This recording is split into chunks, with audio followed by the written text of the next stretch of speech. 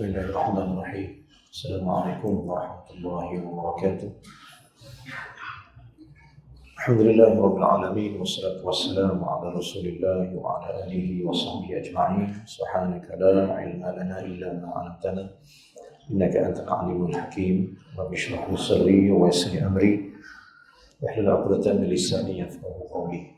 Allahumma shalli ala sayyidina Muhammad. Allahumma shalli ala sayyidina Muhammad. Allahumma salli ala Sayyidina Muhammad wa ala alihi wa sahbihi ajma'in. Amma ba'd. Alhamdulillah,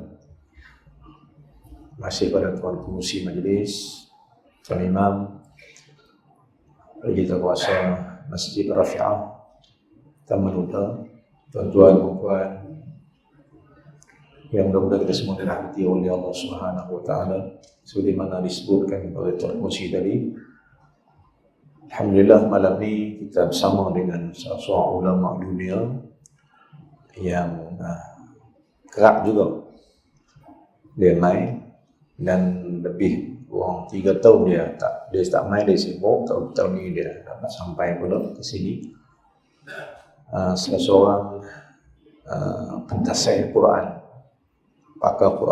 pakar tafsir, pakar dalam lughah, nahwu, saraf, pakar dalam bidang hadis, mempunyai sanad Quran sampai ke Rasulullah sallallahu alaihi wasallam daripada jalan Ibnu Abbas dan Ibnu Mas'ud. Menjadi imam di Jordan lebih daripada 25 tahun. Mula-mula jadi imam di Masjid Negara Jordan. Itu sebab dia rasa tak Allah nak seronok pasal nak pergi mana, dia payah. Bila jadi orang besar-besar ni, dia payah kan. Dia minta tukar ke masjid kedua terbesar di Jordan, yang di Muqtah di Jordan, yang ada satu universiti Muqtah, ataupun kalau tuan-tuan biasa dengar satu peperangan Islam yang masyhur, ini peperangan Muqtah yang mengorbankan sahabat-sahabat Nabi. Antara yang meninggal, yang wafat pada perang itu ialah Zaid bin Harithah, anak angkat Nabi. Kemudian yang kedua yang meninggal dan wafat juga pada perang Mu'tah ini ialah Ja'far bin Abi Talib, abang Sayyidina Ali. Dan juga yang ketiga seorang sahabat nama Abdullah bin Rawahah. Tiga-tiga sahabat ni wafat dalam perang Mu'tah dan dikebumikan di masjid yang Syekh jadi imam di situ lebih daripada 25 tahun. Jadi maknanya diturun daripada Masjid Negara Jordan untuk jadi imam kedua terbesar di masjid terbesar di negara Jordan. Alhamdulillah, seorang yang berasal pada Mesir, salah seorang ulama Al-Azhar. Dia banyak mengaji talaqi daripada gurunya. Antara guru yang paling masyhur yang tuan-tuan boleh kenal, gurunya Syekh ni ialah Al-Marhum Syekh Muhammad Mutawalli Sya'rawi, salah seorang daripada pentafsir Quran yang terhebat dalam kurun ke-20 baru ni, yang baru meninggal. Kira guru-guru dia, kalau saya sebut nama guru Al-Azhar ramai lagi lah. Syekh Hamid Kish juga guru dia.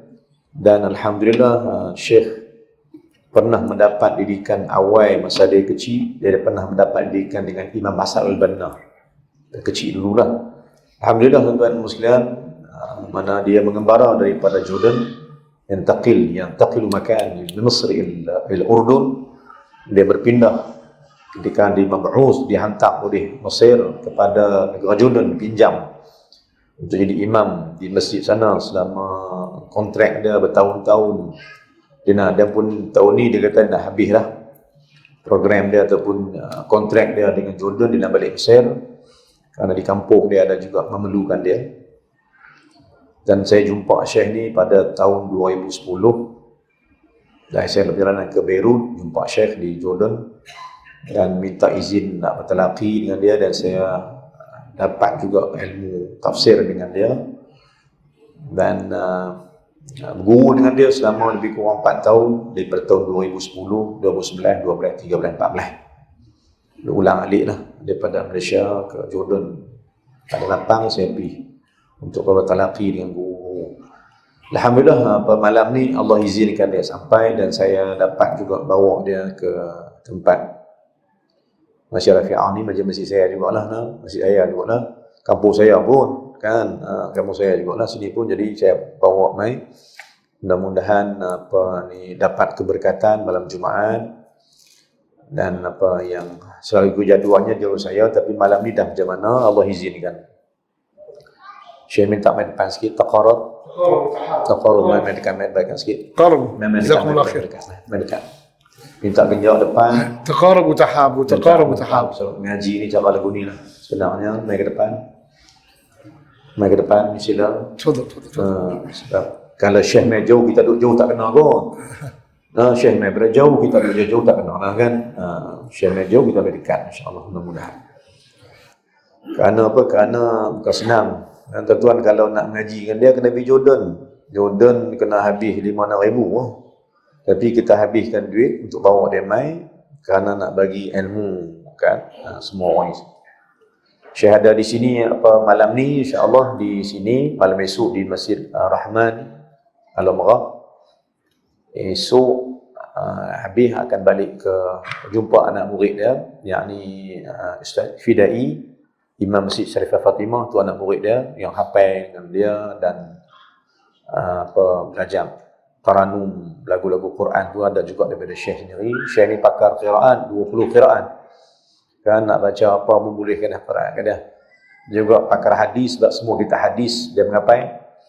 Kan mana banyaklah, dan sanad-sanad kitab mazhab Syafi'iyah ni banyak. Saya juga dapat sanad dengan dia 2-3 kitab juga. Dan sempat saya mengaji kan. Mengaji tu masa panjang, tapi ulang-ulang sikit-sikit boleh juga 1-2, alhamdulillah. Tuan-tuan puan muslimin, saya tak panjangkan bicara, sekitar ulum ringkas saja, insya-Allah. Syekh mazhab Syafi'i kita, dan banyaklah ilmu bermazhab. Dia pakar 4 mazhab, tapi dia memilih Syafi'iyah, mazhab kita. Dan alhamdulillah. Baik, kalau kita akan dengar daripada dia, saya pun tak tahu apa ni. Tapi saya pun katakan dalam hadal masa tahta iwan Isra wal Mi'raj, kita akan cakap tajuk malam ni di bawah tajuk Isra Mi'raj. Tapi saya tak bagilah apa pun, tu pula Syekh lah. Dan mungkin tuan-tuan kuliah ni panjang juga, 9.30 pun. Sebab banyak benda dia nak bagi, lepas tu saya terjemah lagi. Terjemah pun kadang-kadang pendek-pendek, kadang tak sampai maksud pula. Nak kena panjang juga kan. Ini tergantung, saya tak tahu. Jadi insya-Allah lah, kita mungkin akan akhirkan kuliah kita mungkin 9.30 pun. Dekat tu lah insya-Allah. Dia tak lajak subuh dah, tak lajak subuh. Kan dia sampai 9.30 Isya tu Isya billah insya-Allah. Malam ni sini, malam esok kalau tuan-tuan nak ikut lagi boleh di Masjid Rahman di Al-Umrah. Itu kita akan program di sana di Masjid Syarifah Fatimah. Esok Jumaat di sana, saya jadi imam sana dan tazkirah di sana. Malam Selasa saya ada kuliah saya di Syarifah Fatimah. Jadi malam Selasa Syekh akan ada sana pula insya-Allah. Yang lain program lain tu dia atok lah, dia atok anak murid Syekh Ustaz Fidai dan Imam Masjid Syarifah Fatimah, dia anak murid Syekh, dia atok di sana lah. Baik tuan-tuan, saya nak serahkan mikrofon pada Syekh insya-Allah. Mudah-mudahan malam ni kita dapat banyak benda yang akan dikupai oleh ulama yang akan memberikan tafsir macam-macam insya-Allah daripada Al-Quran sendiri insya-Allah. Maka dengan ini saya menyerahkan mikrofon kepada Syekh insya-Allah. Tafadhal Syekhna, kita tauhid insya-Allah. Alhamdulillah حمدا يوافي نعمه ويكافئ مزيده. الحمد لله حمد الشاكرين، والصلاة والسلام على سيد الأولين والآخرين سيدنا محمد صلوات ربي وسلامه عليه وعلى آله الطيبين الطاهرين ومن تبعهم بإحسان إلى يوم الدين. أشهد أن لا إله إلا الله وحده لا شريك له، وأشهد أن سيدنا محمدا عبده ورسوله وصفيه وخليله وحبيبه ومصطفاه وخيرته من خلقه، أرسله ربه للعالمين بشيرا ونذيرا وداعيا إلى الله بإذنه وسراجا منيرا، فشرح له صدره ويسر له أمره وجعل المذلة والمهانة على من خالف أمره. فلا يصح ولا يجوز إيمان عبد حتى يشهد أنه عبده ورسوله شهادة اليقين. صلوات ربي وسلامه عليك سيدي يا رسول الله، يا طب القلوب ودوائها، ويا عافية الأبدان وشفائها، ويا نور الأبصار وضيائها. أنت الفاتح لما أغلق والخاتم لما سبق والناصر الحق بالحق والهادي إلى صراط الله المستقيم. أما بعد، إخوتي في الله، أخواتي في الله، سلام الله عليكم ورحمته وبركاته. سلام. حديثي معكم عن التوحيد، عن لا إله إلا الله محمد رسول الله، عن قل هو الله أحد الله الصمد لم يلد ولم يولد ولم يكن له كفوا أحد. نشرح، نفسر، نقول ما يطيب لنا وما يدور ببالنا وبخاطرنا وبعقلنا وبقلبنا حول الواحد المعبود. الله ربي لا أريد سواه، هل في الوجود حقيقة إلا هو. النحل قدسه والنمل مجده والحوت ناجاه، والناس يعصونه جهرا فيسترهم، والعبد ينسى وربي ليس ينساه.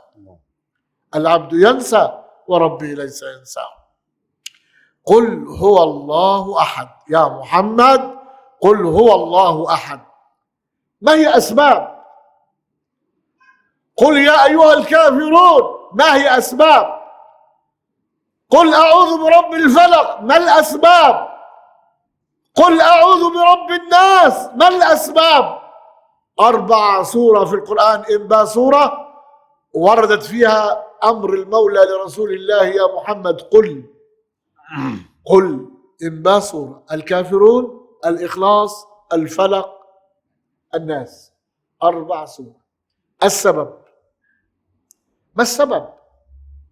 لكل كلام معنى، ولكل كلام تفسير، ولكل تفسير تأويل، وما يعلم تأويله إلا الله. والراسخون في العلم يقولون آمنا به كل من عند ربنا وما يذكر إلا أولو الألباب، أولو العلم، أولو العقول الطيبة والإيمان الصادق. قل هو الله أحد، قل يا أيها الكافرون، قل أعوذ برب الفلق، قل أعوذ برب الناس، 4. إنبا. الكفار أرادوا أن يعطلوا رسول الله عن الدعوة، فحاولوا إثبات أي منع بكل الطرق وبكل الوسائل. الله تعالى يقول في الآية 30 سورة الأنفال، آية قبل سورة أنفال، يقول تعالى بعد أعوذ بالله من الشيطان الرجيم بسم الله الرحمن الرحيم: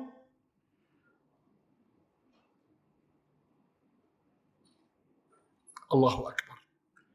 وإذ يمكر بك الذين كفروا ليثبتوك أو يقتلوك أو يخرجوك ويمكرون ويمكر الله والله خير الماكرين.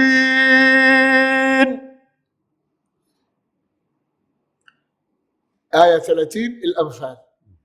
مكر، دهاء، بلاء، خديعة من الكفار، من المشركين، من اليهود، من النصارى، من عبدة الأصنام، كفار قريش. وإذ يمكر بك الذين كفروا، الكفار ملة واحدة، اليهود، النصارى، الشيوعيون، عبدة الصليب، عبدة الأوثان، البوذيون، الصينيون، الشيوعي، كلهم أعداء دين، كلهم في نظر الله كفار، لأنهم لا يؤمنون بالله الواحد القهار. كفار لا يؤمنون بالله الواحد القهار. مكر. وإذ يمكر بك الذين كفروا ليثبتوك. ما معنى يثبتوك؟ الإثبات مر بمراحل. المرحلة الأولى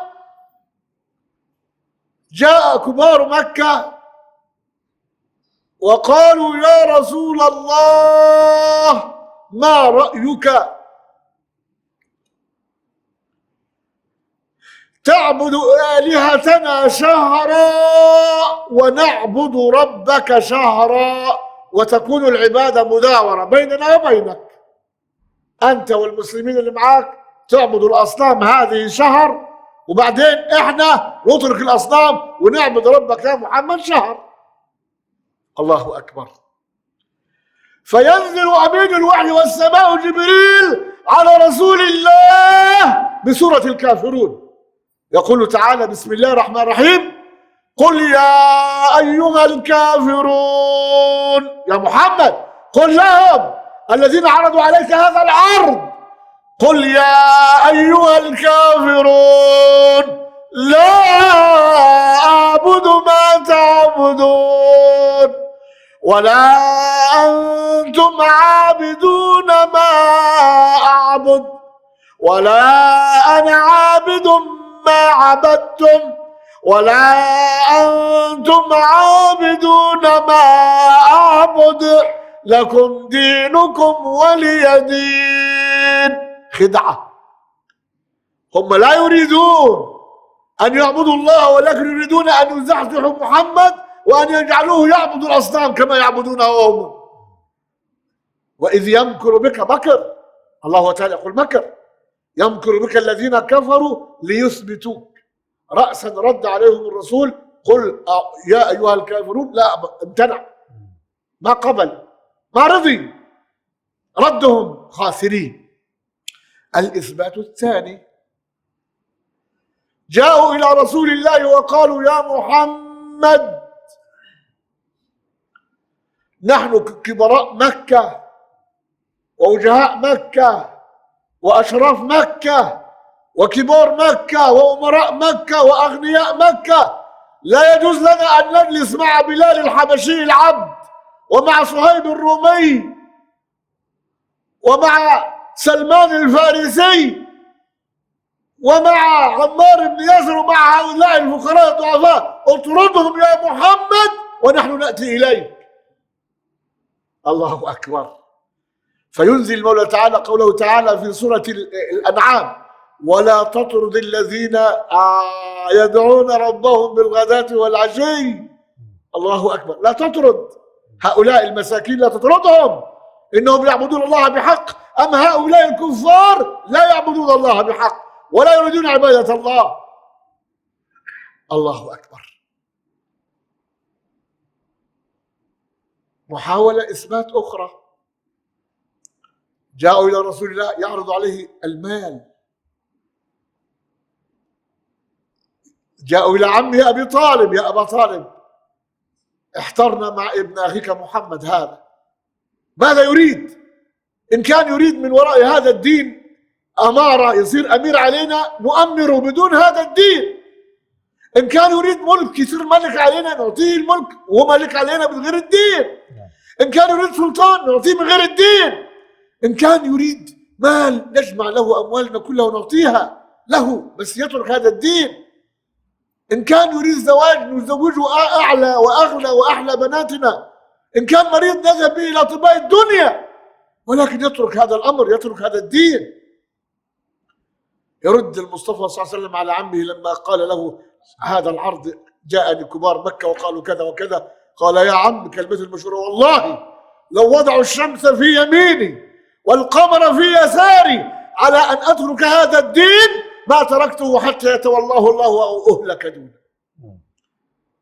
إذا ما قدروا يثبتوا، ما قدروا على النبي. الله أكبر. النصارى يا محمد اعبد ننصحك المسيح الله واحد أمين. قال له الله تعالى يقول قل هو الله أحد الله الصمد لم يلد ولم يولد ولم يكن له كفوا أحد. قل هو الله أحد واحد أحد فرد صمد لم يلد ولم يولد ولم يكن له كفوا أحد. فالواحد الذي لا شيء قبله. الإمام أبو حنيفة رضوان الله عليه وكان ابن 12 سنة مثل شيخنا وإمامنا الشافعي أتم القرآن وعمره 12 سنة. الإمام أبو حنيفة كان عند شيخه يتعلم منه الفقه والعلوم والقرآن والتفسير والنحو والبلاغة. أيوة. فجاءه أمير البلاد وهو غضبان، قال له ما بك يا أمير الشيخ؟ قال له جاءني أناس بالله ملحدون، ناس بالله ملحدون، ناس ملحدين ما كفار. أيوة. وطلبوا مني عالم يجادلوه فاختارني أنا شيخ الإمام أبو حنيفة. ويا بني أنا سأتجادل مع الكفار، مع ناس لا يعبدون الله ولا يؤمنون بالله ولا بالقرآن ولا بأي شيء. الإمام أبو حنيفة وعمره 12 سنة رأى رؤية في نفس الليلة. جاء بده يعرضها على شيخه، لقي شيخه مغموم زعلان. قالوا يا شيخي رؤيا. قالوا اليوم ما في مجال للرؤى، خلص أنا غضبان. طب ما الذي يغضبك شيخي؟ قال له جاء إلى حاكم البلاد أناس بالله ملحدون كفار، وطلبوا من الأمير أن يحدد له عالم يجادلوه، وكان الاختيار علي أنا، وأنا غضبان لأنني سأجادل الكفر لا يؤمنون بالله تعالى. قال الإمام أبو حنيفة هذا تأويل رؤياي، حلمي قد تحقق. قال له ما حلمك؟ قال رأيت شجرة عظيمة، هذه شجرة الإسلام مضيئة. قال ما إن وجدت مجموعة من الخنازير تأتي لتحك جلدها في هذه الشجرة، تريد أن تقلعها وأن تزيلها. فوقع فرع صغير من الشجرة على كل خنزير وضربه، فاختفت الخنازير وعادوا عباد لله تحت هذه الشجرة. هذا تأويل رؤياي يا شيخي. قال له ما هكذا؟ 12 سنة. قال له أما الشجرة فهي الإسلام، وأما الخنازير فهؤلاء الكفرة، وأما الفرع الصغير شجرة العلم أنت يا شيخي، وأما الفرع الصغير فهو أنا تلميذك، أنا ابنك، أنا طالبك، أنا الذي سأجادلهم وسأعيدهم بالله مسلم. أبو حنيفة جلسوا هم بيسألوا، فسألوه ما الدليل على أن الله واحد أحد فرد صمد لم يلد ولم يولد ولم يكن له كفوا أحد؟ قال له قال الله تعالى قل هو الله أحد. قالوا له احنا لا نؤمن بالقرآن، لا نريد من القرآن، نريد من الواقع، من الحياة. الله أكبر. احنا ما بنؤمن بالقرآن عشان تجيب لنا دليل من القرآن، فنريد من الطبيعة. قالوا ماشي من الطبيعة. إنباء في الحساب رقم 4 ماذا قبله؟ قالوا تيجا 3. تيجا قبلها كم؟ قالوا دواء.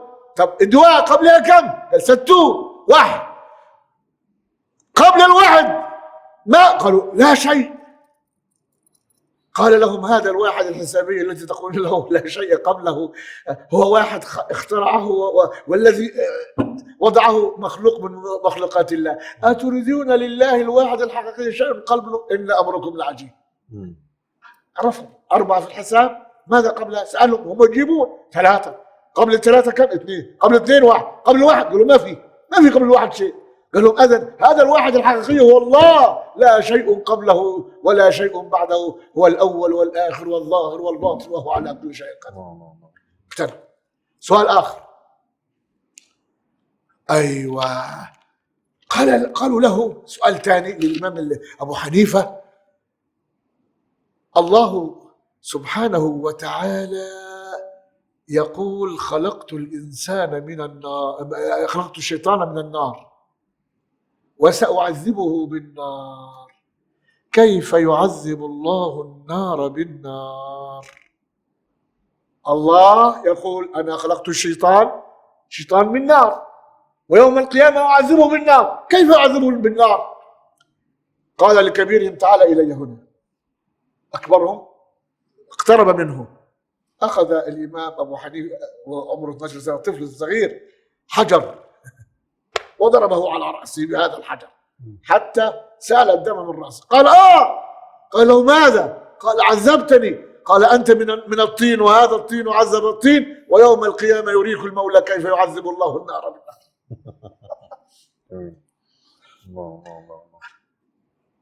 طيب قالوا له أرنا ربك ما دام موجود. أرنا ربك ما دام موجود. سؤال ثاني. قال لا، لهذا الذي قال لماذا قلت تأوهت عندما ضربتك؟ قال من الألم. قال له أين الألم؟ قال في الجرح. قال كذلك ربي في السماوات وفي الأرض، أرني الألم أريك الله سبحانه وتعالى. سبحان الله. سؤال آخر وأخير أختم به، هي أسئلة كثيرة ولكن أختم بالأخير. قالوا ربك، هذا ربك يا أبو حنيفة، هل هو صلب حديد أو سائل كالماء؟ صلب كالحديد ولا سائل كالماء ولا غاز كالهواء؟ قال لهم أوصف لكم ربي؟ قال نعم. قال أوصف لكم ربي، هل هو صلب ولا سائل ولا غازي؟ قال لهم أما جلستم بجوار مريض قبل أن يموت؟ قالوا نعم جلسنا كثيرا. فقال الإمام أبو حنيفة كان يكلمكم وصار بعد الموت ساكتا، وكان يتحرك وصار بعد الموت ساكنا، ما في حركة. ما الذي حدث؟ قالوا خرجت روحه. قال لهم خرجت روحه وأنتم جالسين بجواره؟ قالوا نعم. قال لهم صفوا لي روح اللي خرجت منه وأنتم جالسين، هي سائلة كالماء أو غازية كالهواء أو صلبة كالحديد، حتى أصف لكم الواحد الأحد الفرد الصمد الذي ليس له مثيل وليس له ولد. قالوا نشهد أن لا إله إلا الله وأن سيدنا محمد رسول الله، ورجعوا للإسلام. وهذه تأويل رؤية الإمام أبو حنيفة عمره 12 سنة جادل الكفرة. قل هو الله أحد، أحد لا شيء قبله، فرد تفرد بالألوهية وتفرد بالعبودية وتفرد بالقدرة وتفرد بالقوة، لا إله إلا الله. وتفرج الملك، لمن الملك اليوم؟ لله الواحد القهار، لا ملك إلا لله سبحانه وتعالى. كل من عليها فان ويبقى وجه ربك ذو الجلال والإكرام. الرحمن كل شيء هالك إلا وجهه، له الحكم وإليه ترجعون. كل شيء ينتهي ويفنى. لذلك قل هو الله أحد، يعني لا شريك معه. قل الله الصمد، الصمد الذي لا يحتاج إلى أحد والكل يحتاج إليه، ما بيحتاج لأي مخلوق، والكل يحتاجون إليه ليرزقهم، ليرحمهم، ليغفر لهم، ليفتح لهم، ليشرح لهم، ليعطيهم كل شيء من عنده سبحانه وتعالى. لذلك فرد صمد، لم يلد، لم يتزوج، ولم يكن له صاحبة، ولم يولد، ولم يكن له والد ولا والدة، ولكنه فرد صمد، لم يلد ولم يولد ولم يكن له كفوا أحد، لا أهل ولا عشيرة، ولكنه وحده سبحانه وتعالى جبار السماوات والأرض، هو على كل شيء قدير وبالإجابة جدير. Bismillahirrahmanirrahim. Saya coba tafsirkan apa yang dikatakan Syekh Ibu. Pertamanya mungkin kali pertama dengan bahasa Arab yang banyak dan saya paham daripada apa Syekh buat ni, naknya tentu ahli syurga ni ialah orang yang cakap Arab. cakapan di syurga ialah bahasa Arab. Jadi kurangnya kita dengar bahasa Quran, bahasa Arab ni bahasa syurga. Dan jadi saya boleh minta saya berhenti untuk saya terjemah, tapi tak, saya biar saya cakap sebab nak boleh dengar bahasa syurga tu macam mana.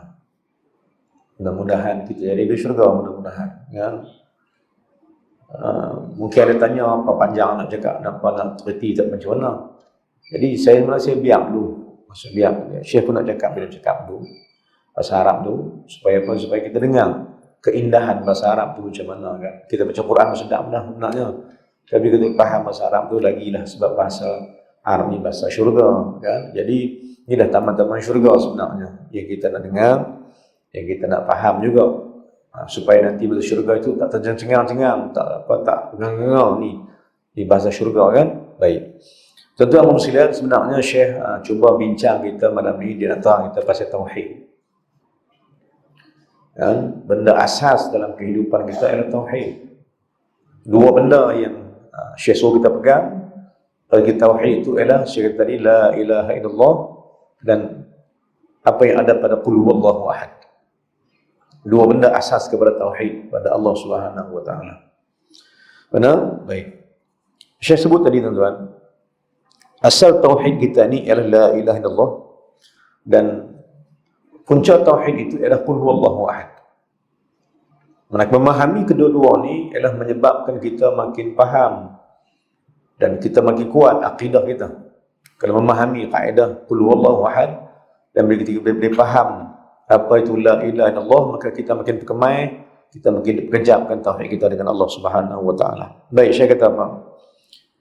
Maka bicara tentang Allah ni, tuan-tuan, tauhid ni bicara pasal Allah ni bicara apa? Saya kata bicara pasal Allah ialah bicara pasal Allah ni ada ke tak ada. Bila bincang pasal Allah Ta'ala, Allah beritahu dia wujud. Maka bincang pasal tauhid ialah bincang pasal Allah ni wujud ke tak? Ada ke tak ada? Nah, ini perbincangan yang apa yang dipanggil tauhid. Dan saya kata yang keduanya tuan-tuan, yang kedua yang noktah ataupun poin yang saya ambil tadi, saya kata Allah beri kat kita macam-macam dan satu benda kita kena ingat ialah Allah ni tuan-tuan tak pernah lupa kita, tapi kita yang suka lupa Allah. Kita hidup semacam sebab seolah-olah tak ada Tuhan. Ada orang hidup seolah tak ada Tuhan, dia tak sembah Tuhan tu. Allah tak lupa kita, tapi kita lupa Allah. Allah tak lupakan makhluk, tapi makhluk lupakan Allah. Dan betapa ramainya orang yang hidup seolah-olah di sana tidak ada Tuhan bagi sesiapa pun, atau tak ada Tuhan bagi dia. Kan? Ikut suka dia nak mengaji tak mau mengaji, dia nak melayang tak mau melayang, ikut suka dia. Dia buat kerja ikut suka seolah-olah tak ada Tuhan yang adil, tak ada Tuhan yang hisab, tak ada Tuhan yang akan membalas akan apa yang dia buat. Itu kehidupan setengah manusia. Karena manusia itu ada yang tak bertauhidkan Allah. Maka hidup dah ikut suka. Ikut suka dia nak buat apa pun nak. Ini perbincangan dia. Jadi, saya kata apa? Tauhid itu membincangkan Allah ni wujud ke tak. Bila wujud nak buat apa? Bila wujud nak kena sembah dia sebagai Tuhan. Maka tak sembah dia menunjukkan bahawa orang ni tidak mewujudkan Allah yang wujud itu. Tak bagi ada Allah yang ada. Padahal Allah tu ada. Dia buat bagi tak ada. Bila tak sembah Tuhan. Bila tak ikut akan ketaatan pada Tuhan yang bernama Allah Ta'ala. Tak ikut Allah, tak taat Allah. Itulah cara bagaimana orang tu menghilangkan Tuhan yang memang wujud itu. Maknanya tak sembah Tuhan ni buat bagi Allah tak ada lah. Mana-mana. Tak sembah Tuhan, tak mau ikut segala hukum mahkam Allah, bermakna orang tu tidak mengadakan Allah, tidak mau mewujudkan Allah yang maha wujud. Ini maksud daripada perbincangan Allah ni ada tak ada. Maka tuan-tuan sekalian, apa saya kata tadi tuan-tuan? Dalam Al-Quran, kita bincang dalam apa yang saya sebut tadi, ada 4 perkataan qul. Qul huwallahu ahad. Lagi?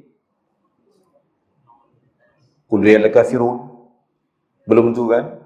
Qul huwallahu ahad. Qul bil falaq. Qul bin nas. Ada 4 qul. Ada 4 qul. Maka Syekh kata apa tuan? Apa dia qul ni?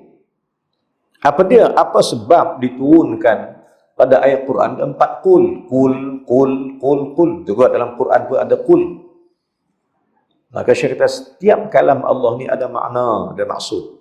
Hingga satu perkataan pun dia ada makna dia. Qul itu ada makna. Qul makna apa? Qul makna Nabi ni nak kena cerita. Nak kena habang. Maka sesiapa yang mengikut Nabi SAW, dia akan menghabarkan sesuatu pasal Allah pada hamba-hamba lain. Siapa ikut Nabi Muhammad SAW, dia akan bercerita pasal Allah. Cerita ke siapa? Cerita kat isteri dia, cerita ke anak pinak dia, dia cerita ke orang semua tentang Allah. Sebab qul itu kena cerita, kena beritahu, kena habang siapa Tuhan. Maka siapa ikut Muhammad, dia akan cerita. Dia akan cerita siapa Allah Ta'ala dekat keluarga dia. Siapa ikut Muhammad. Tapi siapa yang tak mau ikut Muhammad, dia tak cerita apa, dia balik sengam. Tak pernah habang Allah tu siapa dia, tak pernah habang Muhammad tu siapa dia, tak pernah habang Islam tu apa dia tak pernah habang. Sebab dia tak ambil peranan qul, dia tak ceritakan. Sebab dia tak ikut Nabi. Maka siapa ikut Nabi Muhammad SAW, dia akan balik. Dia mengaji, dia boleh cerita keluarga dia. Allah begini, Islam begini, Nabi begini, dia cerita. Baik. Qul ini bermakna apa tuan? Qul bermakna katakan. Qul makna bagi tahu. Ya Muhammad bagi tahu kepada orang kafir semua. Kenapa tuan? Kerana mengapa dikatakan qul? Syekh cuba tak Syekh tafsir qul saja. Dia qul saja malam ni. Dan saya pun mungkin tak ada cerita panjang-panjang sebab banyak sangat. Dia punya tafsir tu macam-macam yang Syekh sebut tadi. Baik, bila qul ni makna apa? Beritahu orang. Pasal apa kena beritahu? Saya kata, pasal apa kena beritahu? Pasal ada orang tak beriman. Ada orang tak mau beriman. Ada orang tak mau iman. Maka kita kena habang lah. Saya kata kena habang lah. Iman tu apa dia? Supaya anak cucu kita ni jadi orang beriman. Bila beriman? Bila pergi habang kat mereka. Tentang Allah, tentang Nabi, tentang Muhammad, tentang Islam. Pergi habang.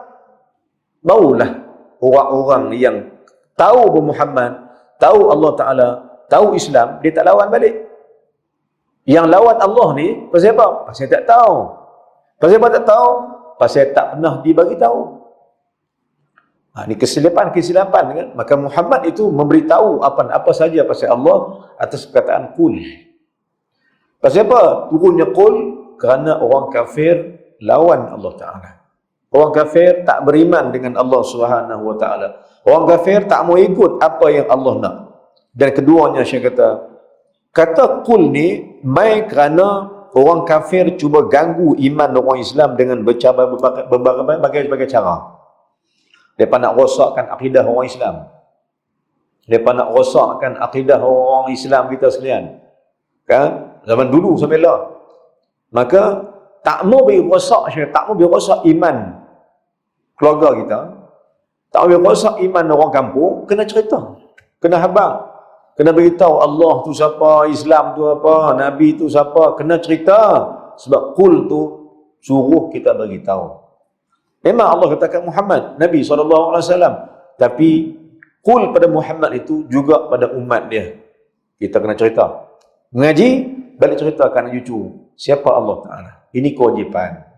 Ini kewajipan semua orang yang mengaku dia Islam. Baik tuan-tuan Allah sekalian. Maka datangnya atau mai ayat-ayat Allah Ta'ala cerita pasal tauhid ni, sebab apa Allah ni banyak cerita pasal tauhid? Sebab antara jalan cerita dia ialah, tuan-tuan tengok, saya kata tadi ayat 30 surah Al-Anfal. Ayat 30 surah Al-Anfal cerita tauhid. Wa idh yamkuru bikal ladzina kafaru. Allah sebut gitu kan. Apa maksud ayat ni tuan? Maksudnya ialah apabila orang kafir itu cuba memperdaya orang Islam. Berperdaya maknanya menipu orang Islam. Dia bertipu orang Islam supaya tak beriman dengan Allah Subhanahu Wa Taala. Ini orang kafir punya cerita nak. Dia akan buat supaya orang Islam tak beriman. Mereka tak beriman, mereka akan buat orang Islam juga tak beriman. Mereka akan cari jalan. Maka Allah kata pada Nabi SAW, wa idh yamkuru bikal ladzina kafaru dan ketika mana orang kafir berbuat tipu daya kepada orang Islam. Sebab itu Allah turunkan ayat cerita pasal Qul.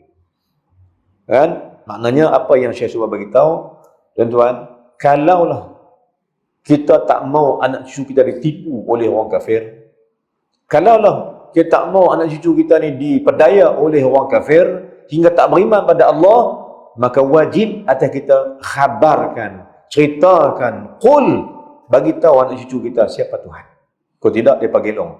Kalau tidak, dia tak beriman dengan Allah nanti. Maka gagal memberitahu siapa Allah, di sana akan menyebabkan anak cucu kita jadi orang kufur, tak beriman pada Allah Subhanahu wa taala. Bahaya, bahaya. Baik. Kemudian saya kata lagi, bila turun ayat 30 ni, surah Anfal, Allah habaq tentang tipu daya orang kafir. Allah beritahu tentang makar dia mereka. Dan makar ni maknanya tipu daya, perkena. Mereka akan buat macam-macam, tipu hela supaya orang Islam tak beriman. Maka disebabkan itu Allah turunkan 4 qul ni supaya Nabi cerita Islam, cerita Allah, ceritakan apa tentang agama pada orang Islam, supaya apa? Supaya isbat, supaya ada tauhid. Cerita ni, qul ni, katakan Muhammad, qul ni saya kata walau pendek pun, walaupun satu perkataan, tapi pada dia ada isbat. Apa isbat? Nak cerita pasal Allah, tetaplah bertuhankan Allah pada perkataan qul.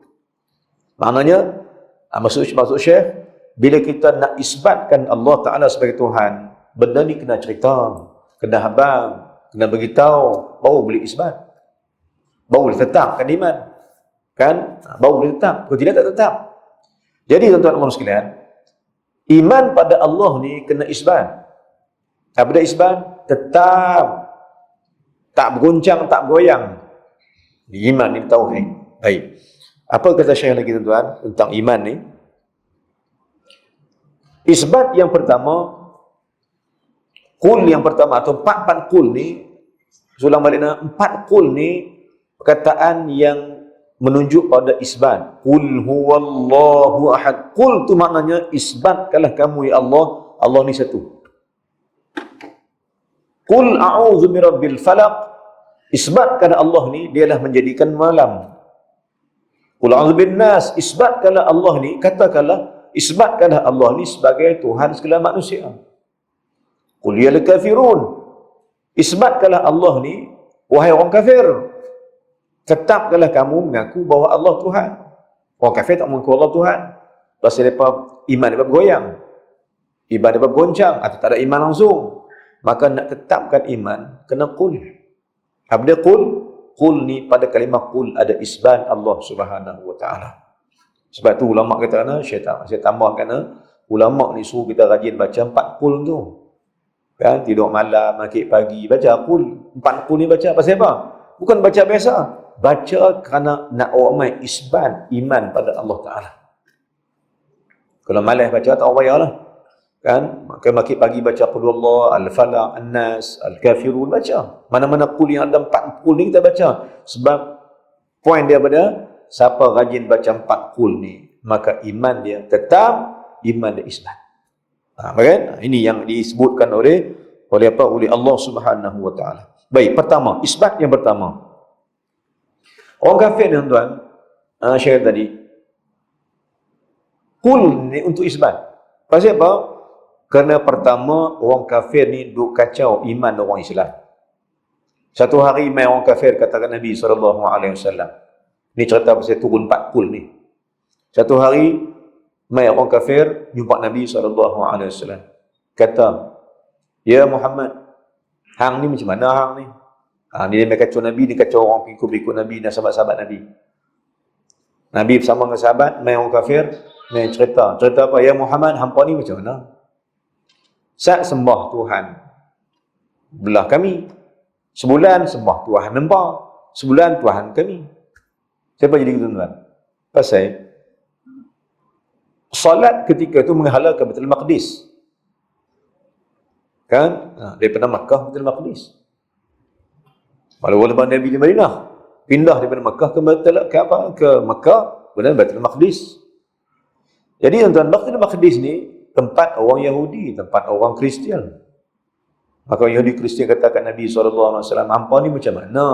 Semua kata sembah Tuhan, tapi sembah Tuhan kami belah Al-Quds tu.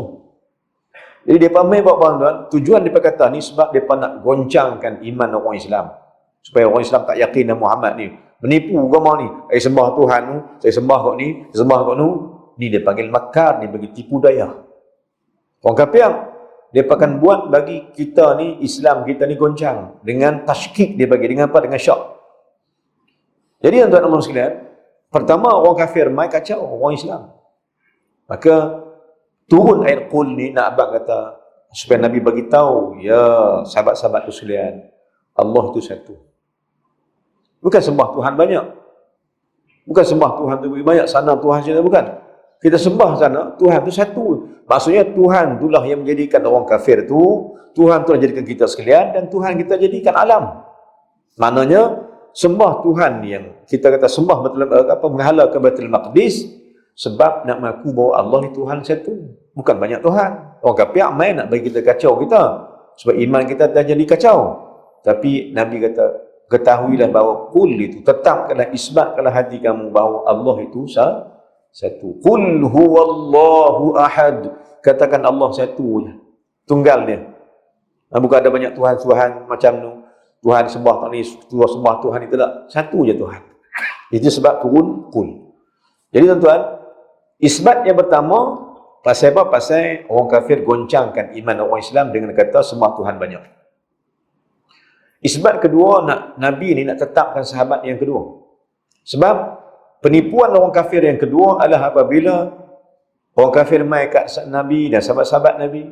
Mereka kata apa? Ya Muhammad, hang tengok kawan-kawan hang pengikut Islam ni, Bilal bin Rabah, Suhaib Ar-Rumi, kan, Salman Al-Farisi, ni semua orang miskin semua ni. Ni semua orang miskin. Maka ya Muhammad, tengok kami. Ni macam orang ini, tengok kami. Mereka kata apa? Kami tak sembah Tuhan, apa kami kaya? Sembah Tuhan miskin. Kata sembah Tuhan Allah, kata ada Tuhan Allah. Allah bagi apa kat hamba? Kami tak sembah Tuhan tu kaya. Hampa sembah Tuhan Allah miskin. Jadi kacau tuan-tuan. Iman kacau lah. Bukan lah ni gitu dulu, dia gitu dah. Dia main bagi apa? Bagi ragu-ragu orang Islam. Maknanya dia babak, sembah Allah jadi miskin. Sembah Tuhan berhala jadi kaya. Kan? Jadi benda tu berlaku lama dulu. Di zaman Nabi pun kacau lagu tu dah. Hari ni pun sama juga. Orang kafir kata orang Islam sembah Tuhan tak kaya pun. Ni tak sembah Tuhan ni kaya lagi. Jadi benda tu sama. Jadi tuan-tuan, iman sama aja dulu dengan Allah ni. Jadi isbat ini maksudnya tetap. Turun ayat Allah, Qul huwallahu ahad. Cerita bahawa kat Nabi, cerita kat sahabat-sahabat bahawa Allah tu satu. Sembah Allah bukan pasal nak kaya. Sembah Allah pasal kita hamba. Orang kafir sembah Tuhan pasal nak kaya pun. Jadi salah. Saya nak tambah tuan. Kita sembah Tuhan pasal bukan nak kaya. Tapi ada orang sembah Tuhan pasal nak kaya. Baik, apa dia bahayanya? Ada orang salat duha pasal nak kaya. Salah pada segi undang-undang Islam. Sembahyang duha pasal nak kaya ni macam orang kafir pasal sembah Tuhan pasal nak kaya. Sedangkan kita sembah Tuhan bukan pasal kaya miskin. Sembah Tuhan pasal tanggungjawab. Dia Tuhan kita hamba. Baik tuan-tuan, inilah masalah iman kita dengan Allah Subhanahu Wa Taala. Jadi bila orang kafir mai jumpa Nabi, jumpa sahabat-sahabat, dia berkata apa? Sembah Tuhan tak kaya, hampa miskin juga kami kaya. Maka Nabi ni Allah terangkan dekat Nabi supaya Nabi terang kat sahabat, tetapkanlah iman kamu. Walau apapun orang kafir mai kata, tetaplah iman dengan Allah Taala, jangan goncang. Qul huwallahu ahad. Katakan Allah tu satu lah. Allah tu yang boleh. Allahus samad. Allah tempat kita minta. Nak minta apa keadaan? Nak minta kaya, minta keadaan, minta apa minta. Ini maksud ayat Qul huwallahu ahad untuk isbatkan iman para sahabat yang mula goncang kerana tipu daya orang kafir. Kemudian yang ketiga tuan-tuan, isbat yang ketiga. Ada 3 isbat di sini. Tujuan Qul ini ada 3 isbat. Isbat pertama pasal mereka kacau orang Islam. Dia kata apa sembah Tuhan, sembah Tuhan ni. Isbat kedua sebab dia kata sembah Tuhan tak kaya. Tetap dia tetap. Dan tetap mati. Kemudian isbat ketiga, benda jadi kat Nabi sendiri. Yang ni apa dia? apabila Islam mula disebar oleh Nabi SAW, saya kata tadi, waktu tu orang kafir mula takut. Bila mereka takut, mereka menjumpa Abu Talib. Dia kata, ya Abu Talib, bagi tu Muhammad, so tinggalkan dakwah Islam. Tinggalkan. Yang maha bagi tahu Muhammad itu, bagi tahu cucu kamu ni, tinggalkan ajak orang pada Allah, tinggalkan dakwah ajak orang sembah Tuhan tu, tinggal. Pasal apa? Pasal orang-orang yang lain ni mulalah ikut dia. Kami risau, ramai turut dia, tak ikutlah Tuhan kami ni. Jadi mereka kata, kalau Muhammad itu mau tinggalkan dakwah, kalau Muhammad mau tinggalkan seruan orang ajak pada Allah, kami sanggup bagi reta kalau dia mau. Kami sanggup bagi wanita, perempuan kalau dia mau. Dan kami sanggup bagi kerajaan, tahta kerajaan kalau dia mau. Habaknya, kalau dia mau, kami bagi tiga-tiga tu. Maka turun ayat Allah, Qul huwallahu ahad, Qul a'udhu birabbil falaq, Qul a'udhu bin nas, Qul ya kafirun. Turun Qul ni semua ni, pasal nak isbatkan hati Nabi SAW bahawa Allah itu satu. Maka sebab tu Nabi kata, apabila iman dia kuat, dia kata kat Tok Wan dia, kalaulah mereka boleh turun bulan ke tangan kiri aku, matahari tangan kanan aku, mereka boleh buat macam-macam, mereka boleh buat, mereka suruh aku berhenti dakwah, tarik orang pada Allah. Kalau mampu dia buat lagu tu pun, tidak akan aku berhenti berdakwah, kerana Allah ni satu. Nak ajak manusia pada Allah Subhanahu Wa Taala. Mailah kat mana pun, bagilah duit ringgit macam mana pun, suruh aku tinggalkan seruan aku pada orang supaya orang sembah Allah, suruh aku tinggalkan, aku tak tinggal. Mana ni apa dia? Di isbat dia bagi. Isbat maksud apa? Tetap bertuhankan Allah walau diuji dengan harta benda, walau diuji dengan wanita, walau diuji dengan pangkat kekuasaan, dia tetap nak Allah sebagai Tuhan. Ini dah dipanggil isbat yang ada pada kalimah qul, yang disubscribe oleh Syekh malam ni. Baik, tuan-tuan dan puan-puan. Maka tuan-tuan, bila mana orang kafir tak terima juga Islam, turun ayat. Bila tak mau juga, turun ayat. Ayat apa turun? Lepas ajak orang pada Allah tak mau juga, turun ayat. Qul ya ayyuhal kafirun. Kan syaitan tadi, bila dah ajak orang Islam, orang kafir tak mau pada Islam juga, tak mau juga, lawan juga, turun ayat ke dia, jelas ke turun ayat apa? Qul ya ayyuhal kafirun. Ya Muhammad, bagi tahu orang kafir ni, kami takkan sembah Tuhan yang hamba sembah. La a'budu ma ta'budun, wa la antum bid'ana ma a'bud, wa la ana bid'an ma abadtum. Hamba sembah Tuhan tu, kami takkan sembah. Buat ke mana kami takkan sembah Tuhan yang hamba sembah. Kalau hamba tak mau sembah Tuhan kami juga takkan sembah Tuhan hamba. Sebab Tuhan kami Allah Subhanahu Wa Taala. Itu maksud qul ya kafirun. Turun maqul ni pasal orang kafir tak mau terima Allah sebagai Tuhan. Kan daripada peleceh orang Islam pula. Jadi tuan-tuan dan sekalian, sebab itu kita tak mau terima Islam, tak mau terima iman, saya kata pada orang yang tak mau baca, pada orang yang tak mau beriman ni, baca qul ya kafirun. Tujukan supaya dia ni bertukar, kufur dia tukar jadi iman balik. Kita mungkin ada orang yang lawan Islam, ada orang yang tak mau pada Islam, kan? Maka boleh baca qul ya kafirun. Hampa-hampa kami. Tapi Allah beri hidayah pada mereka itu supaya mereka jaga Islam, mau Islam, sayang Islam balik. Baik, tuan-tuan dan sekalian, ini benda yang apa yang disebabkan apa benda-benda ni semua, maka isbatlah Nabi SAW supaya bertuhankan Allah Ta'ala. Bila mana ajak orang kafir tak mau juga sembah Allah, lepas itu baru Allah turunkan qul huwallahu ahad. Tuan-tuan tengok dalam muqaddam kan, saya tambah muqaddam. Al-kafirun dengan Allah mana dulu? Ku tertib dah. Qul Allah dengan qul kafirun mana dulu? Kafirun dulu. Lepas itu baru qul Allah.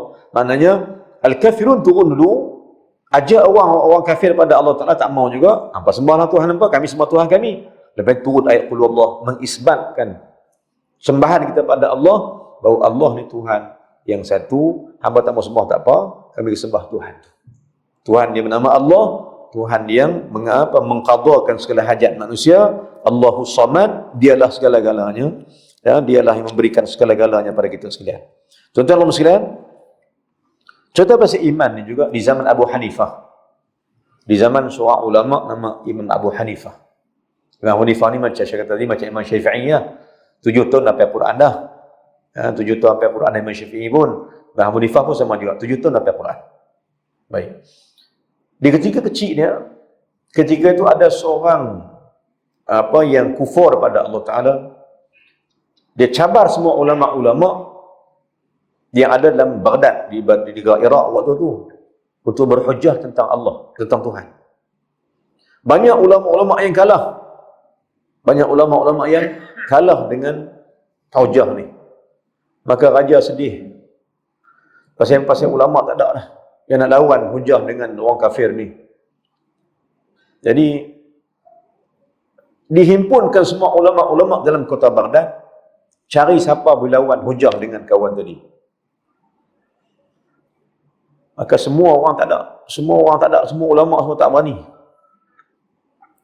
Semua tanya ada lagi tak? Ulama lagi, ada lagi ulama tak yang sanggup? Tiba-tiba ada seorang kata, ya Amir, wahai raja, ada seorang lagi ulama yang kita tak ada di sini. Seorang lagi, tapi dia kecil lagi. Umur dia baru 10 tahun.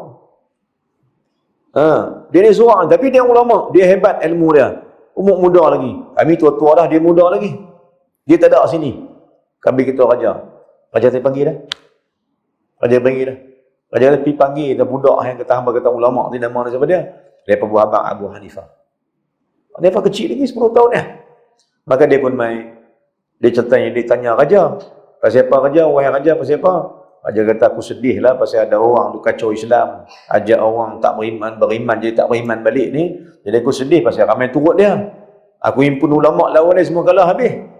Jadi dia pakai hang, kamu Abu Hanifah boleh bantu lah. Boleh bantu kami, bantu Islam tu. Abu Hanifah kata apa? Wahai tuanku, semalam aku mimpi.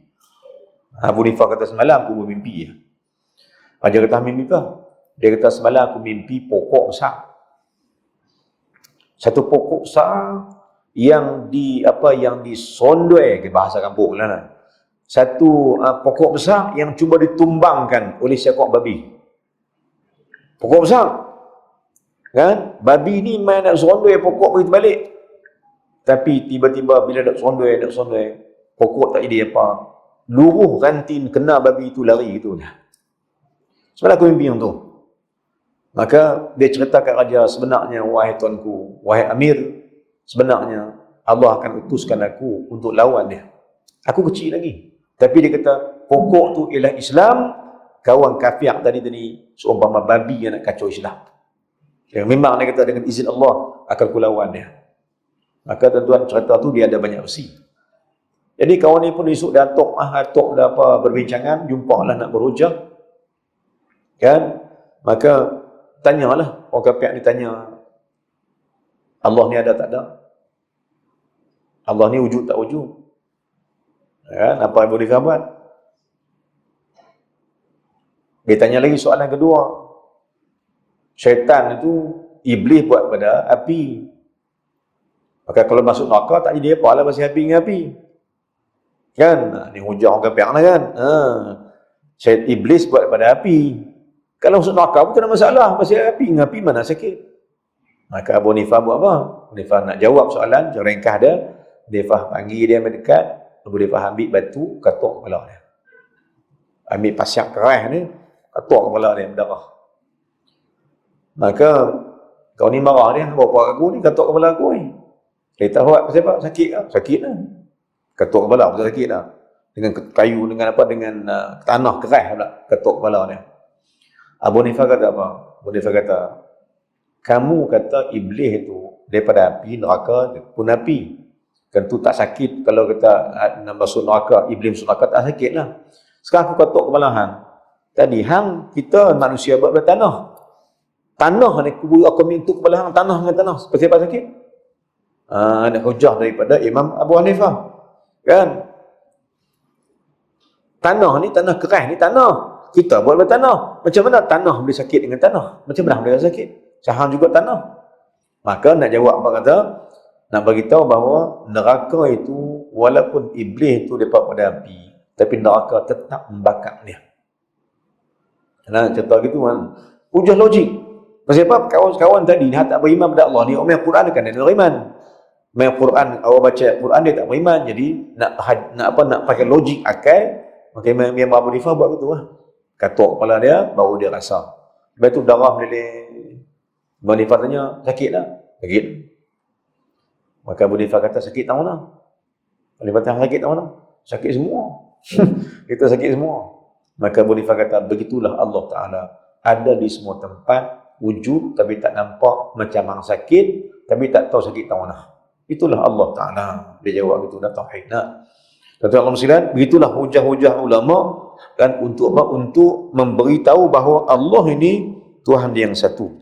Baik, Allah ni Tuhan yang sebenar-benarnya, Tuhan yang segala-galanya ada pada Allah Subhanahu wa Ta'ala. Maka tuan-tuan, ketahuilah bahawa iman itu, saya kata tadi, kalau kita nak tarik balik pada hari ini, ketahuilah iman orang Islam sentiasa nak dirosakkan oleh orang kafir. Ini moral cerita atau moral pada benda yang Allah sebut dalam Quran. Orang kafir sentiasa fikir nak pelingkup iman kita lagi mana. Kita pula tak fikir nak jaga iman macam mana, saya kata tadi. Orang kafir duk fikir nak pelingkup, kita pula tak fikir nak sabit, nak isbat iman lagi mana. Ngaji, kalau saya tambah ngaji pun tak mau, mayang pun tak mau, masjid pun tak mau, apa pun tak mau, nak tambah iman ke mana? Quran tak mau baca, nak tak iman ke mana? Sedangkan tambah baca Quran itu tambah iman, solat tambah iman, ngaji tambah iman, semua tak mau buat. Maka kalau gitu tambah iman. Macam mana? Nak terkuat iman macam mana dan isbat iman itu macam mana? Jadi poin dia pada tuan, Allah Ta'ala Tuhan yang satu. Tauhid pada dia benda yang paling wajib. Dan benda iman wajib dipelihara. Dan jagalah iman saya mati, kerana Allah itu Tuhan yang sebenar-benarnya. لذلك الله سبحانه وتعالى كان يؤيد المصطفى صلى الله عليه وسلم بتأييده من السماء. قل وردت في 4 سور في بدايتها، قلنا الكافرون، الإخلاص، الفلق، الناس. أما قل وردت كذلك في أوساط السور. كفار مكة لما دعاهم المصطفى صلى الله عليه وسلم للتوحيد، فكانوا يطلبون من الرسول معجزات، وقالوا لن نؤمن لك، سورة الإسراء، وقالوا لن نؤمن لك حتى تفجر لنا من الأرض ينبوعا أو يكون لك بيت من زخرف أو ترقى في السماء ولن نؤمن لرقيك حتى تنزل علينا كتابا نقرأه. شوف رد المولى تعالى له الآية التي بعدها، قل هل كنت إلا بشرا رسولا. تطلب مني كل هذا؟ أنا بشر ولكني رسول، إني رسول الله إليكم. الله أكبر. هكذا الكفار يطلبون المعجزات حتى يعرقلوا الدعوة إلى الله سبحانه وتعالى. الآية الأخيرة سورة الكهف 110 صفحة 304 آخر الصفحة على اليسار، يقول تعالى قل إنما أنا بشر مثلكم. يا رسول يقول يوحى إلي أنما إلهكم إله واحد فمن كان يرجو لقاء ربه فليعمل عملا صالحا ولا يشرك بعبادة ربه أحدا. توحيد. محمد يقول للناس جميعا إنما أنا بشر مثلكم ولكن يوحى إلي أنما إلهكم إله واحد فمن كان يرجو لقاء ربه فليعمل عملا صالحا ولا يشرك بعبادة ربه أحد. وكذلك يقول تعالى في مطلع سورة البينة، يقول تعالى وما أمروا إلا ليعبدوا الله مخلصين له الدين حنفاء ويقيموا الصلاة ويؤتوا الزكاة وذلك دين القيمة. عبادة التوحيد، واحد أحد، لا فرق، لا شريك، لا صاحبة ولا ولد. هكذا المولى تعالى. لذلك يقول تعالى في آخر سورة الإسراء آية 110 و111 آخر آيتين صفحة 293 مصحف المدينة: قل ادعوا الله أو ادعوا الرحمن أيما تدعوا فله الأسماء الحسنى ولا تجهر بصلاتك ولا تخافت بها وابتغ بين ذلك سبيلا وقل الحمد لله الذي لم يتخذ ولدا ولم يكن له شريك في الملك ولم يكن له ولي من الذل وكبره تكبيرا. الله أكبر. إذن لا إله إلا الله محمد رسول الله، هذه علامات التوحيد. يقول صلى الله عليه وسلم: لا إله إلا الله محمد رسول الله 24 حرف.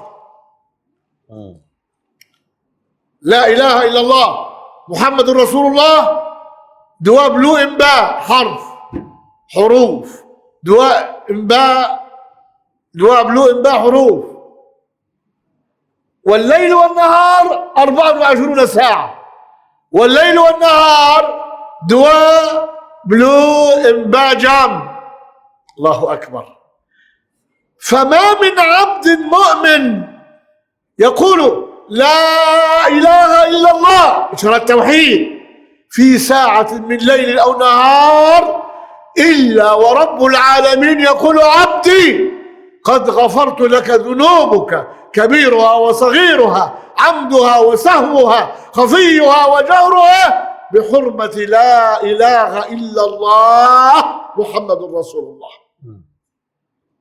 مغفرة كفارة للذنوب.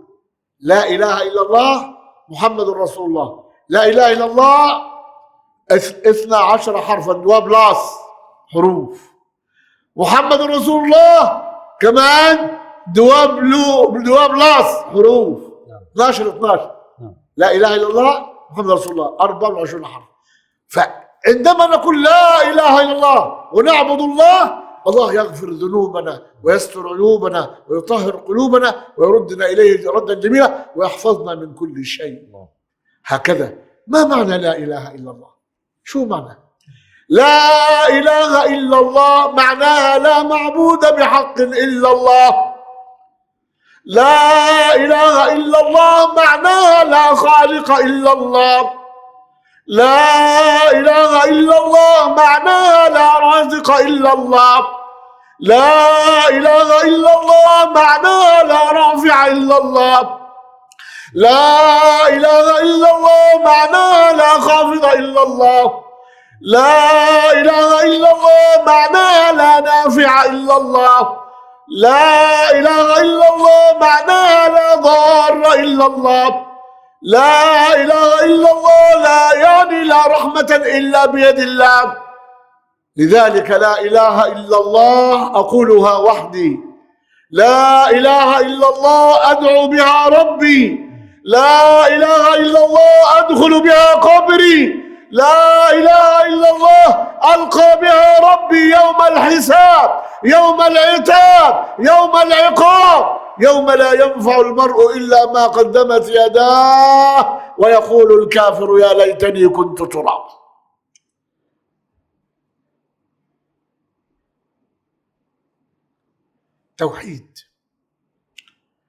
توحيد لله، إسلام. لا يوجد دين إلا الإسلام. قال تعالى سورة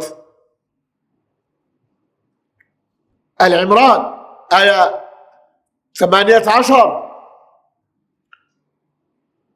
لبن بلاس، قال تعالى: إن الدين عند الله الإسلام. وقال تعالى أيضا في آل عمران: ومن يبتغ غير الإسلام دينا فلن يقبل منه وهو في الآخرة من الخاسرين. ويقول تعالى أيضا في آخر آية نزلت من الأحكام: الآية رقم تيجا من سورة المائدة صفحة 107 على اليمين أول الصفحة، مصحف المدينة 107 الصفحة، الآية دواء تيجا الصفحة دواء من سورة المائدة 107. يقول الله تعالى: اليوم أكملت لكم دينكم وأتممت عليكم نعمتي ورضيت لكم الإسلام دينا. الله أكبر. ما في دين إلا الإسلام. إبراهيم عليه السلام يطلب الإسلام. وإذ يرفع الصفحة 20 مصحف المدينة: وإذ يرفع إبراهيم القواعد من البيت وإسماعيل ربنا تقبل منا إنك أنت السميع العليم ربنا واجعلنا مسلمين لك ومن ذريتنا أمة مسلمة لك وأرنا مناسكنا وتب علينا إنك أنت التواب الرحيم. إذن إسلام توحيد واحد، إبراهيم وإسماعيل. أيوة، إبراهيم ربنا يختبره: هل أنت مسلما حقا؟ يقول تعالى بعد ذلك ب3 آيات، تيجا آية وبعدين: ومن يرغب عن ملة إبراهيم إلا من سفه نفسه ولقد اصطفيناه في الدنيا وإنه في الآخرة من الصالحين إذ قال له ربه أسلم قال أسلمت لرب العالمين ووصى بها إبراهيم وبنيه ويعقوب يا بني إن الله اصطفى لكم الدين فلا تموتن إلا وأنتم مسلمون. أخير آية: أم كنتم شهداء إذ حضر يعقوب الموت إذ قال لبنيه ما تعبدون من بعدي قالوا نعبد إلهك توحيد وإله آبائك إبراهيم وإسماعيل وإسحاق إلها واحدا توحيد ونحن له مسلمون. إذا الإسلام، عيسى كان مسلما، الحواريين مسلمون. فلما آل عمران فلما أحس عيسى منهم الكفر قال من أنصاري إلى الله قال الحواريون نحن أنصار الله آمنا بالله واشهد بأننا مسلمون. من واحدة. أخير المائدة: وإذا أوحيت قبل صفحة 126 قبل الأخير بصفحة، أخير المائدة: وإذا أوحيت إلى الحواريين أن آمنوا بي وبالرسول قالوا آمنا واشهد بأننا مسلمون. إذن عيسى مسلم، حواريين مسلمين، موسى مسلم، عيسى مسلم، إبراهيم مسلم، يعقوب مسلم، كله مسلم، ما في نصارى، ما في يهود. إن الدين عند الله الإسلام ومن يبتغي غير الإسلام دينا فلن يقبل منه وهو في الآخرة من الخاسر. إن شاء الله. Khairan insya-Allah. Baik, bahagian kedua yang apa yang saya mungkin saya terima semua kan, kalau masa terima panjang apa yang saya sebut tu saya sebut sikit je lah, nanti dalam kuliah ke depan saya panjang-panjangkan cerita insya-Allah. Malam ni kita tak terjemah semua. Minta maafnya supaya terjemah semua 10 pun nak habis kan. Lambat kan. Baik. Saya ambil sikit je soal. Baik, maka apa dia yang ada yang saya sebut tadi tuan-tuan, bahawa sesungguhnya ayat Quran ni tuan-tuan, saya kata apa? Dalam ayat Quran ni, kebanyakan ayat Quran cerita pasal iman. Baik, banyak ayat Quran cerita pasal iman, pasal tauhid. Sebab itu baca Quran, kebanyakan ayat Allah Ta'ala pasal dia akan bawa pasal iman. Sebab itu baca Quran tambah iman. Lepas tu kita nampak dengar tadi ni, Syekh kaitkan ayat ni semua cerita iman. Surah Isra tadi Syekh sebut, surah Isra, surah Al-Bayyinah, surah Al-Kahfi, surah Al-Ma'idah. Tiap-tiap surah tu ada iman. Tiap-tiap surah ayat tu ada iman dengan Allah. Sebab tu seorang balik. Apa saya kata apa? Dan ulama-ulama sebelum sebut, siapa baca Quran tambah iman, siapa tak baca Quran runtuh dan ranak dah iman dia. Tak ada iman, tak baca Quran ni. Jadi satu jalan untuk tambah iman ialah Quran. Baik. Maka ayat Quran ni banyak cerita pasal iman. Antara yang saya sebut tadi surah bantuan, saya tak sebut semua ayat tu, cuma kita cari nah. Surah Isra, surah Al-Kahfi ayat terakhir, qul ana basyrun mislukum yuha ilayya annahu ilahu wahid. Ayat terakhir surah Isra ayat 110. Cerita pasal iman. Apa ayat tu kata? faman kana yarju liqa rabbih, ayat terakhir. Siapa nak jumpa Tuhan, nak jumpa Allah Ta'ala, dia kena jaga iman dia.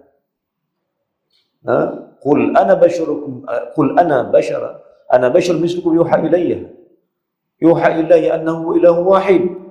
Nabi kata, ya Muhammad, Allah Ta'ala suruh dan Nabi beritahu kita semua, Muhammad manusia, bahawa Muhammad tu hanya manusia biasa yang disuruh oleh Allah menyampaikan wahyu Allah Ta'ala. Dan apa wahyu Allah? Ilahun wahid. Allah tu satu. Tuhan tu Allah Ta'ala tunggal. Inilah kerja Nabi, dia bawa orang pada ketunggalan Allah Subhanahu Wa Ta'ala pada tauhid. Dan saya kata tadi, kalau tengok ayat terakhir surah Al-Kahfi tu, apa Allah kata? Barang siapa faman kana yarju liqa'a rabbih falyamal 'amalan shalihan. Siapa-siapa yang nak harap jumpa Allah, Allah sayang dia, Allah terima dia, Allah redha dia, matilah dengan beramal soleh. Amal soleh itu adalah tauhid. Matilah kamu pada apa? Pada amal soleh. Yang mana amal soleh itu kena ada tauhid kan Allah Subhanahu Wa Ta'ala. Maka siapa mati dengan tauhid, maka selamatlah jumpa Allah. Siapa mati tak bawa tauhid, dia tak selamat untuk jumpa dengan Allah Subhanahu Wa Ta'ala. Baik, ini maksud daripada firman Allah yang saya sebut tadi. Syekh kata juga tuan, kita tadi, kalau kita tuan kira lah, la ilaha illallah tu ayat tauhid lah kan, zikir tauhid tu la ilaha illallah. Tuan pernah kira tak? Syekh kata tadi, pernah kira tak? La ilaha illallah tu ada berapa huruf? La ilaha illallah Muhammad Rasulullah ada berapa huruf? Jawab dia ada 24 huruf. La ilaha illallah tu 12, Muhammad Rasulullah pun 12. 24. Sebab apa tuan? Maka sebab tu Nabi kata, siapa-siapa yang rajin tu kata la ilaha illallah setiap hari. Sekali kata tu, sekali dia kata seolah-olah dia berkata dengan 24 huruf tu, seolah yang Nabi kata apabila kau sebutkan la ilaha illallah Muhammad Rasulullah sekali je, ada 24 huruf, maka Allah akan hapuskan dosa kamu yang satu hari, sebab satu hari ada 24 jam. 2 hari 4 sehari ada 24 jam. Maka la ilaha illallah ada 12, Muhammad Rasulullah pun ada 12. Siapa rajin sebut dia, Allah ampun dosa sehari. Sebut kali kedua, ampun dosa pula hari kedua. Sebut kali ketiga, ampun pula dosa ketiga. Kalau rajin 100 kali, maka 100 hari lah Allah ampun dosa dia. Kalau sehari sekali, kalau sehari 100 kali, satu hari berdosa Allah ampun. Kalau rajin zikir la ilaha illallah 1000 kali, maka 1000 hari lah Allah ampun dosa kita yang dulu. Ini sebut Nabi habaq dalam hadis, siapa rajin berzikir la ilaha illallah, Allah ampun dosa dia. Kerana la ilaha illallah ada Muhammad tu, orang la ilaha Muhammad Rasulullah tu ada 24 huruf yang sama dengan 24 hari, 24 jam. Maka Allah kata dalam syaitan kata tadi, siapa-siapa yang kata lagu tu, Allah sendiri kata dekat malaikat dia, siapa yang kata la ilaha illallah Muhammad Rasulullah, Allah kata aku Allah Ta'ala akan ku ampunkan dosanya yang sehari ataupun sebanyak mana yang dia baca, sebanyak mana yang disebut, akan ku ampunkan dosanya sekalian hari. Maka saya kata lagi, la ilaha illallah itu pelihara daripada dosa. Maknanya siapa rajin sebut la ilaha illallah, maka terpelihara daripada dosa. Dosa dia Allah ampun. Disebut lagi, Allah pelihara dia untuk tak berdosa lagi hari-hari nak main.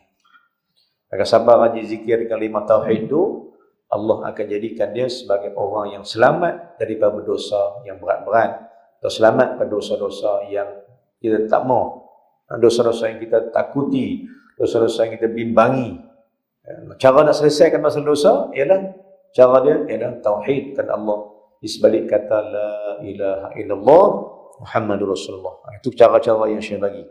Kemudian saya kata lagi tuan, ketahuilah kalimah ni, kalimah la ilaha illallah ni pada semua tempat. La ilaha illallah, kalimah tauhid itu pada semua tempat.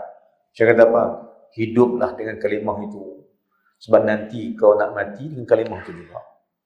Sampai hidup dengan kalimah ini, akan Allah matikan dengan kalimah itu. Sampai mati kalimah itu, akan masuk kubur dengan kalimah itu.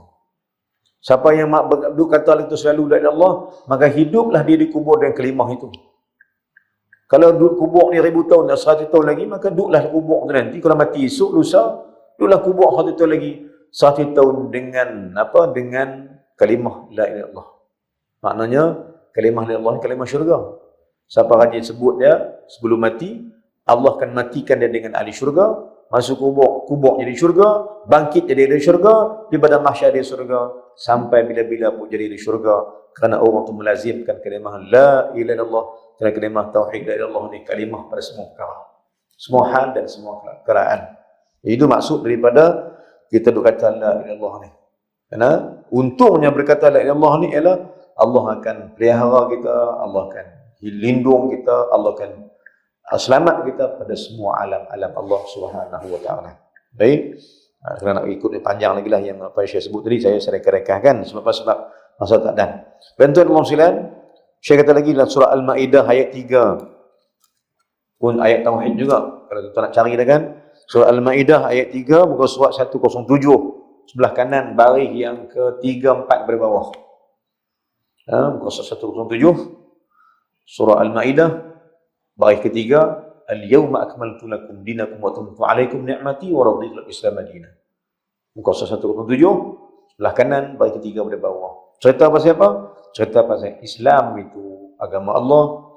Matilah dengan agama Allah Ta'ala, mati dengan tauhidkan Allah Subhanahu Wa Ta'ala. Kerana Islam ni agama yang sempurna, dan sempurna saya kata sempurnakanlah Islam itu dengan tauhid. Kerana Islam itu agama tauhidkan Allah Subhanahu Wa Ta'ala. Kemudian saya kata lagi tuan-tuan, kalau tuan tengok juga dalam surah Al-Baqarah muka surat 20 belah kiri.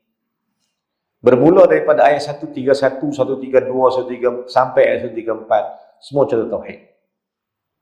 Ni Syekh kelah-kelahkan ayat tu betul kata kaji balik. Kalau ada masa tengok balik ayat tauhid tuan-tuan, ayat muka surat 20, surah Al-Baqarah belah kiri. Baris kalau saya kira tuan-tuan, ayat 131 ni baris yang ke-6 daripada bawah. 6, 7 daripada bawah kan. Belah kiri kan, ayat 131 bila mana Allah tanya Nabi Ibrahim alaihissalam. Nabi Ibrahim kata, aslamtu lirabbil alamin. Aku serah diriku pada Tuhan yang sekalian alam telah tauhid. Lepas tu pula cerita bawah lagi, Nabi Yaqub nak meninggal. Nabi nak meninggal dunia. Kan? Apa yang ada pada nabi-nabi ni? Apa yang ada pada nabi-nabi? Apa dia kisah ayat ni? Yang ni apabila nabi-nabi nak wafat, depa panggil anak-anak depa. Panggil anak-anak ni. Ayat 133, 134, 135 surah Al-Baqarah muka surat 30, muka surat 20 belah kiri ni. Saya tak bacakan dia, tuan-tuan boleh cari tengok. Ayat ni semua cerita pasal bila Rasul-Rasul nak wafat, dia panggil anak-anak. Buat apa panggil anak-anak? Untuk tanya kan. Tanya apa? Ma ta'buduna min ba'di. Nabi-nabi tanya itu. Supaya kita juga tanya.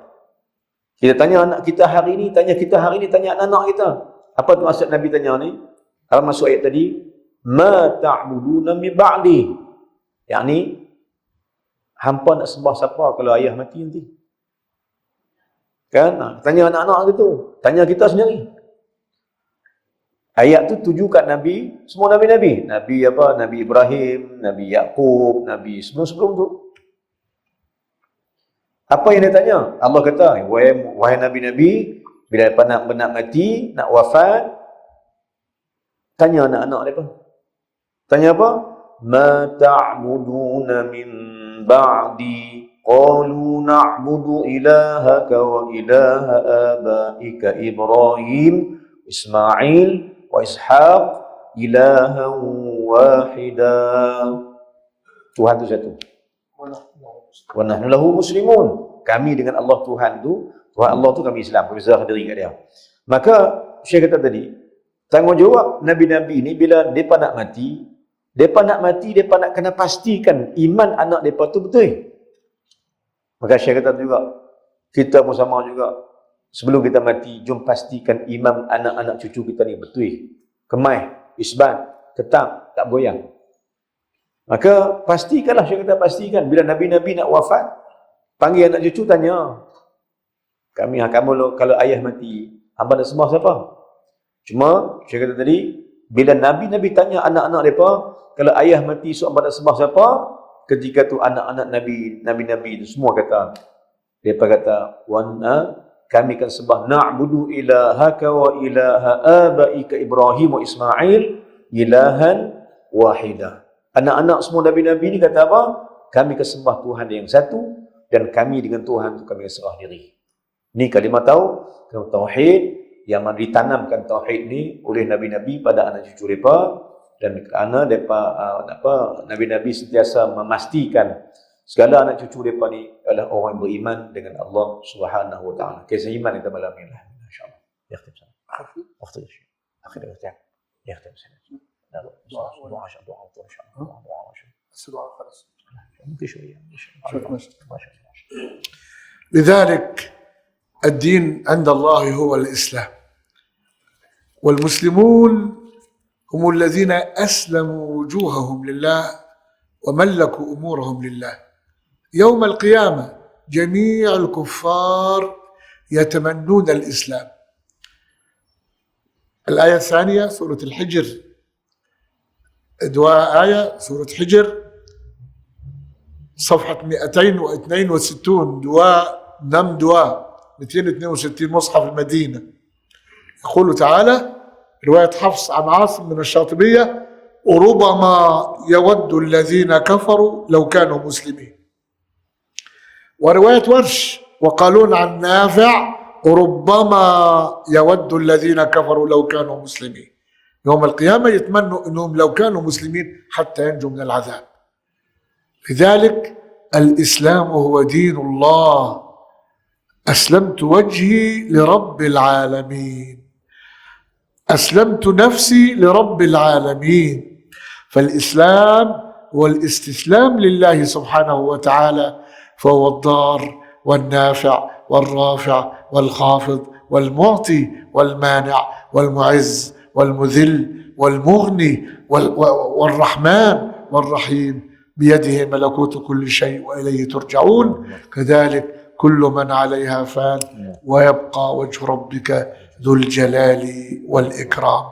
إذن نحن مسلمون، فرحة لنا خيار الأمم. قال تعالى آية 110 سورة آل عمران في الصفحة 64 مصحف المدينة نملو إنباء. قال تعالى: كنتم خير أمة أخرجت للناس تأمرون بالمعروف وتنهون عن المنكر وتؤمنون بالله. توحيد. وتؤمنون بالله.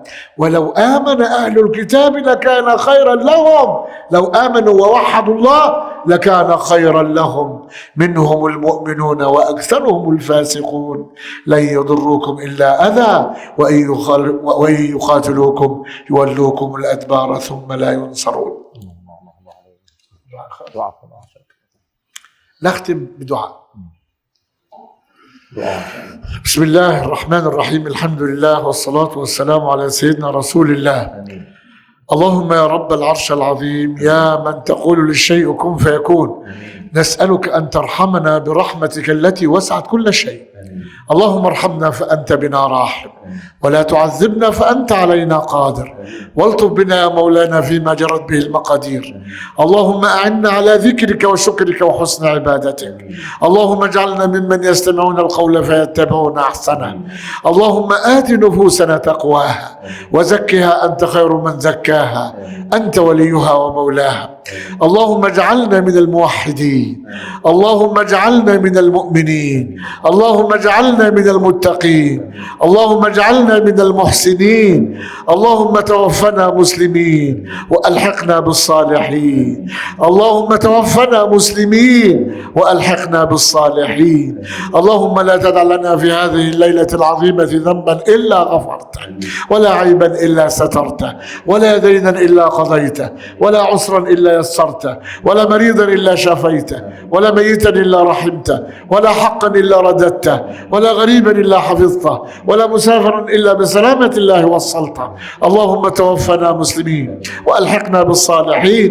اللهم استجب دعانا واشف مرضانا وارحم موتانا واهلك أعدانا وكف عنا من آذانا ولا تخير فيك رجانا، وعلى دين الإسلام توفانا واختم الباقيات الصالحات يا رب العالمين. اللهم زكي نفوسنا، اللهم آت نفوسنا تقواها وزكها أنت خير من زكاها، أنت وليها مولاها. اللهم اجعلنا ممن تجري من تحتهم الأنهار في جنات النعيم، دعواهم فيها سبحانك اللهم وتحيتهم فيها سلام، وآخر دعواهم أن الحمد لله رب العالمين. Terakhir sebelum saya tutup, apa yang saya sebut tadi, yang terakhir, yang pendek, yang terakhir tadi, yang saya boleh terjemah sikit tuan-tuan, maka saya kata kita semua hendaklah kita semua sembah Allah Ta'ala itu. Hendaklah kita semua sembah Allah Ta'ala itu. Sembah ni makna apa sembah? Sembah ni bukan sembahyang tu. Kata sembahyang. Sembah ni makna serah diri pada Allah Ta'ala. Serah urusan pada Allah Ta'ala. Itu maksud tauhidnya. Kalau sembah sembahyang tu fiqah. Tapi sembah salat pada tauhid itu serah diri pada Allah. Serah urusan pada Allah Ta'ala. Biar Allah atur semua. Kita hanya ikut apa yang Allah atur. Apa minta Allah selesaikan urusan semuanya. Biar Allah buat semua benda. Dia tauhid pada Allah. Maka saya kata, wajiblah kita serah diri pada Allah Subhanahu Wa Taala. Kalau siapa sembah serah diri daripada Allah, maka dia jadi betul-betul Muslim pada Allah Ta'ala. Dan sesungguhnya syarat tadi yang terakhir, ketahuilah di akhirat nanti, siapa serah diri pada Allah untung. Kerana orang kafir pun, di akhirat nanti, mereka semua nak jadi orang Islam, tapi lewat dah. Sebab ayat Allah Ta'ala surah Al-Hijr. Dalil dia, orang kafir ni nak jadi orang Islam. Lah tak mau. Nanti hari kiamat nanti, pakat jadi Islam lagi. Maksudnya pakat nak serah diri ke Allah Ta'ala balik. Dalil dia tuan-tuan, saya kata apa? Orang kafir pun nak jadi Islam, tapi terlewat dah sebab hari kiamat. Dalil dia, ayat yang ketiga pada surah Al-Hijri. Muka surat ke 262, dibaca dengan dua cara, qiraat, boleh baca rubama dan rubbama. Ada qiraat baca rubbama, ada qiraat baca rubama yawaddul ladzina kafaru law kanu muslimin. Kan? Ayat tu. Ayat yang ketiga surah Al-Hijr. Cerita apa tuan? Cerita penyesalan orang kafir yang tak dan beriman dengan Allah Ta'ala dan tak serah diri pada Allah. Bila mati, habis kiamat esok barulah nak serah diri pada Allah dan nak jadi orang Islam. Betul saya kata, mainlah kita ni semasa hidup di dunia ni, Allah dah jadikan kita Islam, kan? Dan hanya tinggal satu je lagi, serahlah diri pada Allah Ta'ala. Bukannya salat tu nak tanda serah diri pada Allah. Maka jom salat dengan tauhid. Apa salat tauhid?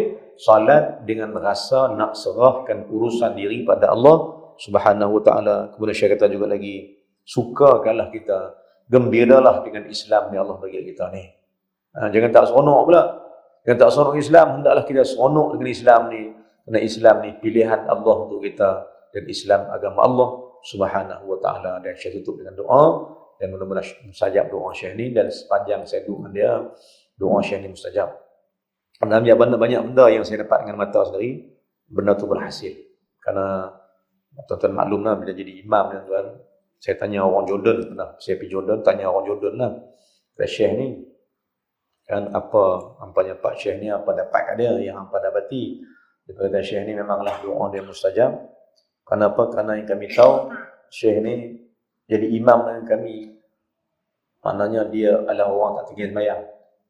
Dia tak pernah tinggal sembahyang lebih daripada 25 tahun sebab jadi imam. Tak tinggal sembahyang tegak, sembahyang majmuah tak tinggal. Kan? Orang yang memang kita tinggal juga kan? Dia tinggal juga, tinggal jemaah tinggal lah, bukan tinggal sembahyang tu, tinggal jemaah tu. Tapi Syekh ni, ada orang Jordan beritahu saya, Syekh ni sembahyang jemaah dia tak pernah tinggal sejak daripada aku duduk sini 25 tahun lah aku rasa. Orang tua, saya tanya orang tua, dia kata Syekh ni tak pernah tinggal sembahyang jemaah. Sebab tu antara kehebatan dia ni, doa dia mustajab. Dan Syekh juga boleh berubat kan, banyaklah benda yang dia minta doa ni Allah jadi sampaikan. Baik, alhamdulillah tuan-tuan, malam ni kita dapat jumpa dengan dia dan saya sudahi dah malam ni. Terima kasih banyak pada pihak Masjid Rafi'ah yang sudi bagi ruang untuk saya bawa Syekh main kan, dan antara masjid yang dapat kita pilih di Rostam ni adalah Masjid Rafi'ah dan juga masjid di Kedah. Esok minggu depan Syekh balik semula ke nak balik ke tempat dia lah, nak balik ke sana. Dan Syekh ada program banyak lagi di Jordan, di Mesir dan negara-negara lain untuk dia menjadi pendakwah seluruh dunia. Jadi malam ni tuan-tuan kita rasa bertuah juga supaya dapat jumpa dengan ulama yang bukan calon-calon orang, yang yang banyak ilmu, yang banyak beramal soleh dengan Allah Subhanahu Wa Taala. Kita kata saja malam ni insya-Allah masih banyak-banyak dengan apa yang kita bincang malam ni menjadi satu titik untuk kita patah balik pada Allah dan jumlah kita balik pada Allah dengan tauhid yang sebenar-benarnya, dan seolah-olah macam Syekh bagi jalan untuk saya terang balik tafsir surah Qul ni yang kita jangka kita nak baca setiap bulan kan, tafsir surah Ikhlas. Kita baca yang tu seolah-olah Allah pun hantar kat Syekh untuk buka benda ni kat kita sekalian supaya kita bincang tauhid tu dia. Baik. Terima kasih banyak-banyak tuan-tuan. Jazakallahu lakum al-husni istima'atukum, dan terima kasih banyak-banyak atas perhatian tuan-tuan atas apa yang Syekh sampaikan tuan-tuan. Kita belajar. Mungkin insya-Allah. Baik, Syekh kata saya ada hadiah yang Syekh nak bagi tuan-tuan malam ni. Saya tak minta tapi dia nak bagi. Syekh nak ijazahkan Fatihah untuk sampaikan Nabi SAW untuk tuan-tuan malam ni. Kan dia nak ijazahkan surah Fatihah supaya Fatihah kita baca ni ada kaitan dengan Nabi SAW sebab sanad dia sampai ke Rasulullah SAW. Baik, Syekh akan baca, tuan-tuan ikut satu-satu, kemudian sampai bola sampai habis, Syekh akan bagi apa sanad ijazah tu kan, hadiah ni dia bagi hadiahnya kan. Kemudian betul tuan-tuan, saya tak minta dia dari kata boleh aku nak bagi dia apa, silakanlah kan. Kan maknanya bila Syekh baca satu ayat tuan ikut, perempuan ikut suara rendah, lelaki pergi tinggikan suara sikit, dan bila habis sampai wallahul amin, nanti Syekh tanya qabiltum, ajaztukum, kita cuma kata qabilna. Kita kata apa? Qabilna. Qabilna mana kami terima ijazah ni untuk kita baca dan kami ada sangkut paut dengan bacaan Nabi SAW. Terkata itu saja. Syekh akan baca satu-satu, tuan turut. Last sekali Syekh kata ajaztukum, kita jawab apa? Qabilna, mana terikatlah Fatihah kita dengan Fatihah Syekh, dan Fatihah Syekh akan sambung sampai Fatihah Nabi SAW dari pelajaran Ibnu Abbas dan Ibnu Mas'ud. Sila. أعوذ بالله من الشيطان الرجيم. أعوذ بالله من الشيطان الرجيم. بسم الله الرحمن الرحيم. بسم الله الرحمن الرحيم. الحمد لله رب العالمين. الحمد لله رب العالمين. الرحمن الرحيم. الرحمن الرحيم. مالك يوم الدين. مالك يوم الدين. إياك نعبد وإياك نستعين. إياك نعبد وإياك نستعين. اهدنا الصراط المستقيم. اهدنا الصراط المستقيم. صراط الذين أنعمت عليهم.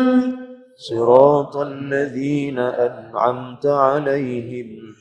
غير المغضوب عليهم ولا الضالين. غير المغضوب عليهم ولا الضالين. آمين يا رب. آمين. أجزتكم. قبلنا. جزاكم الله خير. Alhamdulillah. Alhamdulillah selesai majlis malam ni. Tahniah tuan-tuan yang hadir malam ni dapat sanad Fatihah free. Tak payah kalau tuan-tuan nak belajar benda ni kena pergi Jordan baru dapat. Tapi benda ni Allah tak dia main mudahnya dapat pun. Cuma amal lah. Kalau amal mudah-mudahan Fatihah ni Fatihah yang terikat dengan Syekh, terikat dengan Nabi ini dah ada. gunalah ayat Fatihah itu elok. Dan tuan-tuan, Fatihah ikut dengan Nabi ini dia mustajab. Tuan-tuan bila dapat Fatihah ni, tuan-tuan nak buat orang demam pun boleh baca Fatihah. Sebab Fatihah itu mujarab. Sebab terikatlah dengan Nabi SAW.